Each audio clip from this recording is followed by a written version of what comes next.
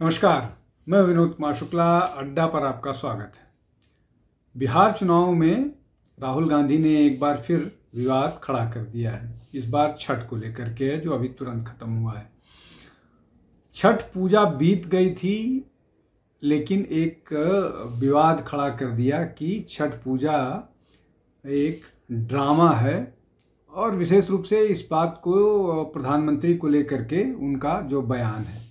विश्व के कई पक्ष हैं, समझने की कोशिश करते हैं।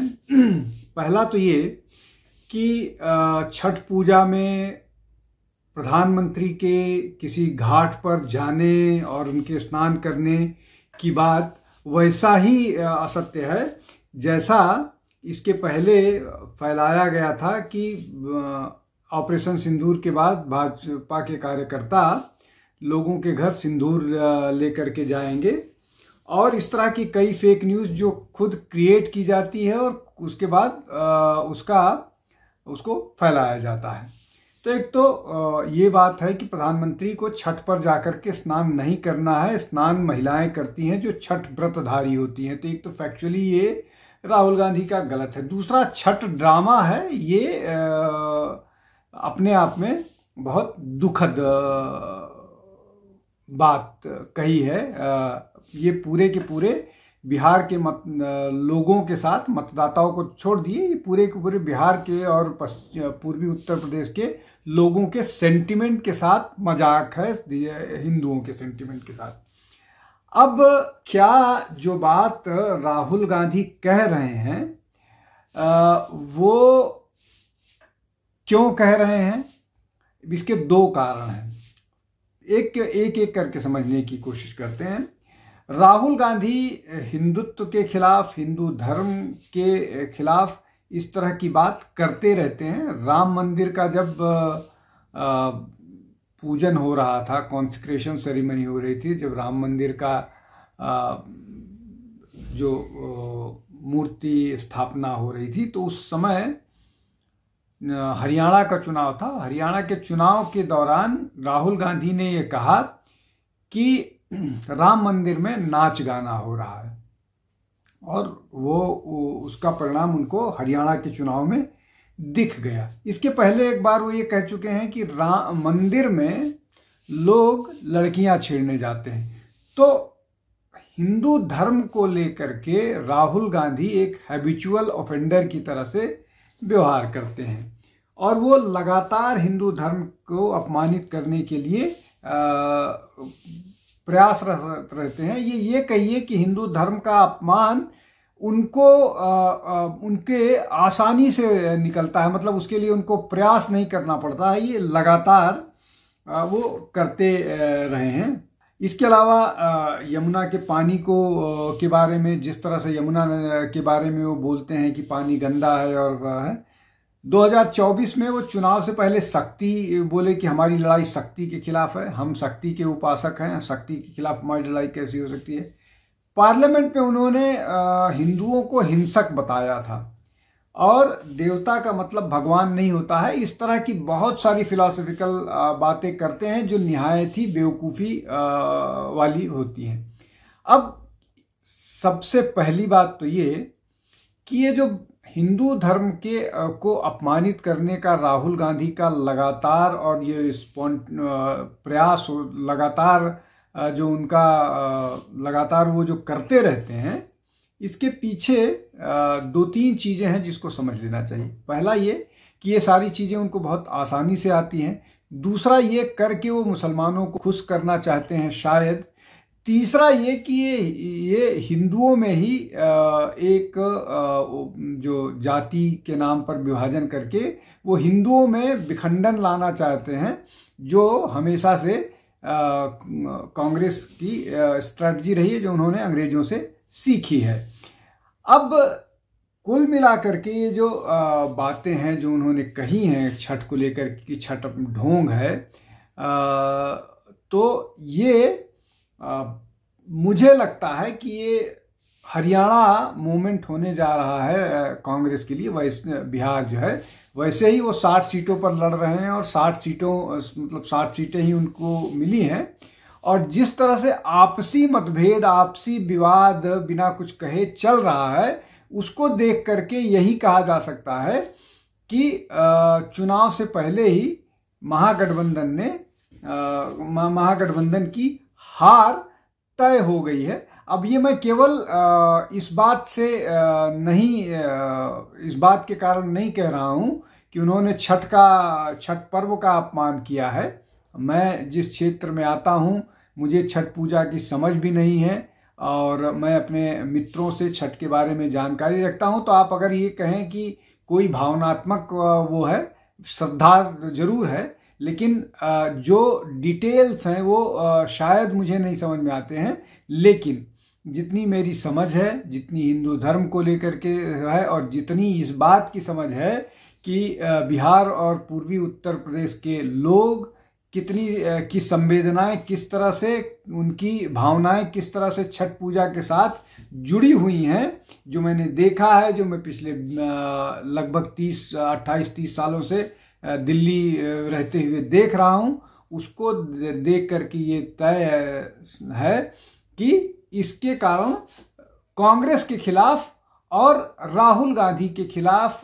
बैकलैश होगा। अब इसमें एक और महत्वपूर्ण बात समझ लीजिए, जो सबको जानना समझना बहुत जरूरी है। तेजस्वी यादव ने सुशील मोदी की क्रिश्चियन पत्नी को लेकर के कि छठ रहते हैं, वो नहीं छठ रहते हैं, उसको लेकर के एक ट्वीट किया था काफी 3-4 साल 5 साल पहले। अब वही उनके ऊपर वापस आ रहा है, जब उनकी क्रिश्चियन पत्नी है और लालू परिवार का कोई भी व्यक्ति छठ पूजा में नहीं करता हुआ नजर आया। पहले राबड़ी देवी करती थी, लेकिन राय ये दे रहा है कि कुछ कारणों से वो उन्होंने बंद कर दिया पूजन करना।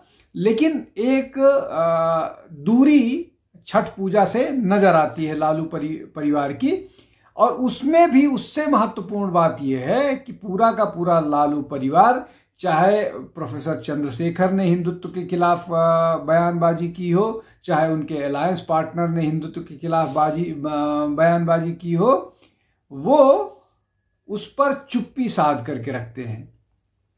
दूसरी तरफ उन पर उनके भाई तेज प्रताप ने ही एलिगेशन लगाया कि इन लोगों ने साजिश करके उनके पत्नी को छठ पूजन, जो अब सेपरेटेड हैं, उन्होंने पूजन नहीं करने दिया गया।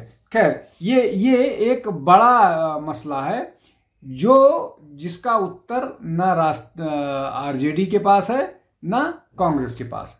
अब जब चुनाव में राहुल गांधी का पदार्पण हो गया है बिहार के चुनाव में, अभी तक तो वो विदेश यात्रा पर थे, कोई बात नहीं होती थी चुनाव को लेकर के।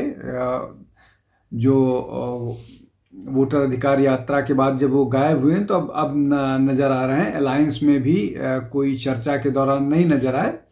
लेकिन चुनाव के समय या हिंदुओं के बारे में जिस तरह से वो मुखर होकर के बात करते हैं, जिस तरह से वो ऐसी बातें करते हैं, उसको लेकर के हिंदू मतदाता निश्चित तौर पर कांग्रेस से अपनी दूरी बनाएगा।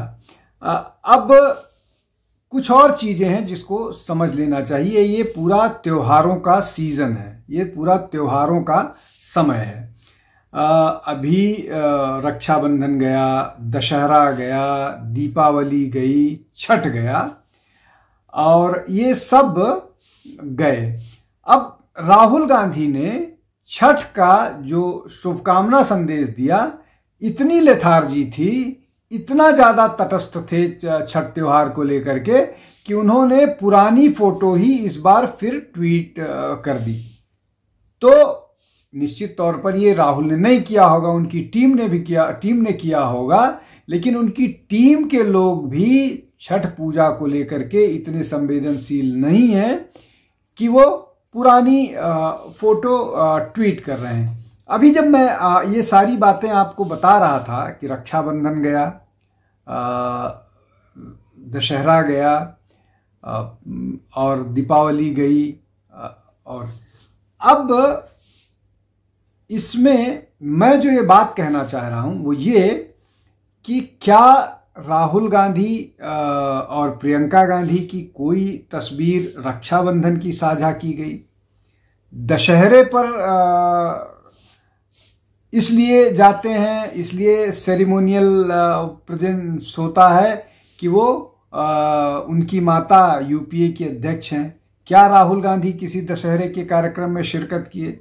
दीपावली के कोई ऐसी तस्वीर राहुल गांधी या उनके परिवार ने साझा की जहां ये दिखे कि वो दीपावली मनाते हुए नजर आए? छठ पूजा पर वो कहीं नहीं जाते हैं, कहीं दिखना चाहिए उनको। जमुना के कांग्रेस के कार्यकर्ताओं द्वारा आयोजित छठ के कार्यक्रम में शिरकत किए। तो जितने हिंदू त्योहार हैं उन त्योहारों को लेकर के राहुल गांधी या कांग्रेस तटस्थ से नजर आते हैं। उनकी अपनी एक दूरी है, फॉर्मेलिटी करते हैं, खुद को मतलब उनके पार्टी के लोग उनको दत्तात्रेय गोत्र का ब्राह्मण कहते हैं, और किसी हिंदू त्योहार को वो होली, दिवाली, दशहरा या बाकी और कोई त्योहार मनाते हुए वो नजर नहीं आते हैं।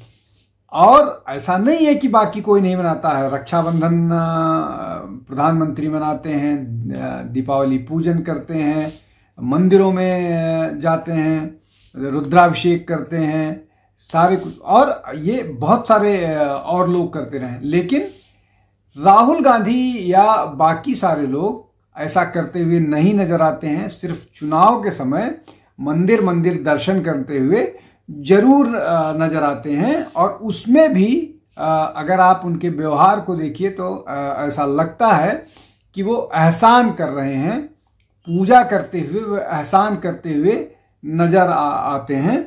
तो कुल मिलाकर के अब जब चुनाव अपने उरोज पर हैं, चुनाव 6 नवंबर को पहले चरण की वोटिंग होनी है। इसका मतलब ये कि लगभग एक हफ्ते का समय प्रचार के लिए बाकी है, इसलिए कि एक दिन पहले चुनाव बंद हो, मतलब अगर 6 को है तो 4 की शाम को चुनाव प्रचार बंद हो जाएगा। तो 5 को कोई भी आवाज नहीं होगी, कोई प्रचार का वो नहीं होगा। डोर टू डोर जो जाके मिल सकता है, लेकिन बाकी और किसी तरह का प्रचार नहीं होगा। उन परिस्थितियों में जब एक हफ्ते का टाइम बाकी रह गया है, इस तरह की बयानबाजी जिसमें जो बिहार के लोग हैं वो आहत हो रहे हैं, और इसमें कोई अपर कास्ट, लोअर कास्ट और मिडिल या किसी उससे नहीं संबंधित है। छठ अक्रॉस द स्पेक्ट्रम लोग मनाते हैं, और उस पे कोई भी विवादित बयान की उम्मीद नहीं की जानी चाहिए। प्रधानमंत्री को भी अगर इस बात को लेकर के टारगेट किया जाना चाहिए था कि वो कोई घाट बना था जिसमें साफ पानी और गंदे पानी दो अलग अलग नजर आ रहे थे। बीबीसी की खबर है जिसको कोट करने की कोशिश की जा रही है। तो ये तो समझ लेना चाहिए कि क्या प्रधानमंत्री छठ के घाट पर जाकर के स्नान करेंगे, और क्या कोई ऐसा व्यक्ति स्नान करता है? जो लोग अर्घ देते हैं, जो लोग पूजा व्रत रखते हैं, वो लोग ही स्नान करते हैं, वो लोग ही होते हैं।